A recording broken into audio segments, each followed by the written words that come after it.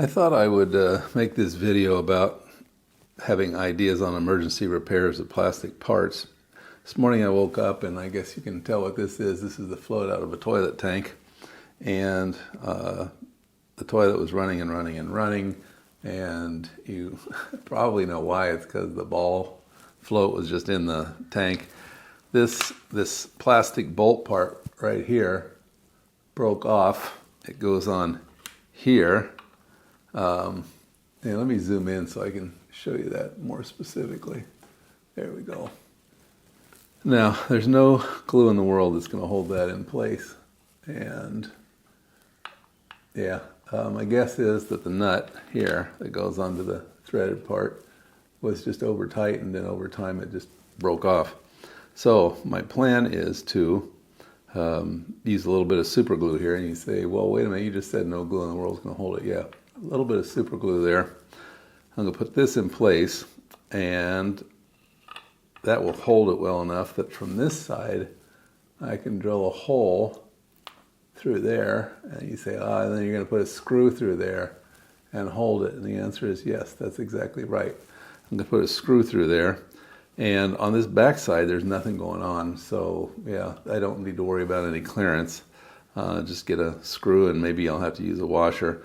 I'll probably use stainless steel because it could be weeks or whatever before I get to the store. This came out of an American Standard, so I like to use the original stuff when I can because there's just so many fewer problems. I'm sure you've all experienced buying a generic part and yeah, it doesn't work, or you have to cobble it.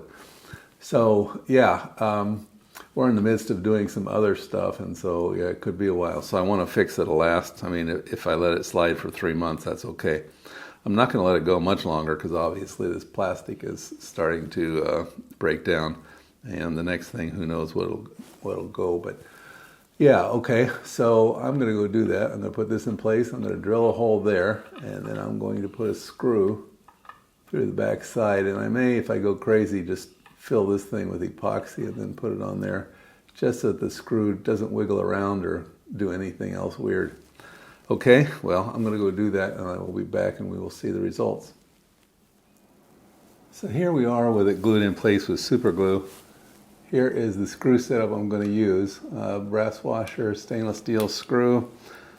I've thought about it. If I had a stainless steel bolt and I could put it through there, put a washer and a nut on there, I'd probably do that, but I don't. I looked. And I am going to fill this cavity with epoxy as promised. And then I'm going to very quickly run this in here before the epoxy hardens. And then I will let that set, and I will put it back in place. And I am betting dimes to donuts, as my grandparents used to say, that will hold up long enough that even if it takes me a couple months to get around to the store that sells these parts, that it's going to hold up. Here we are.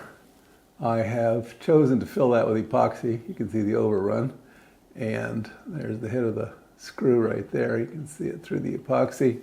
And yes, I had a lot left over, but I completely filled the cavity down here.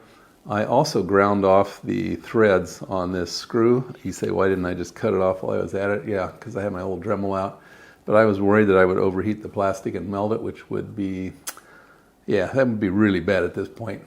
So I just dulled it down so that it won't come in contact with any other plastic parts, tubes, whatever, and cut stuff potentially. And otherwise, it is ready to install. The epoxy probably, I'm going to give it another few hours. I've got some other things to do around the house anyway. And it's still a little bit tacky. This, sets up in minutes, but it doesn't fully cure for hours. So I'm going to let it cure because I don't want to start this process over.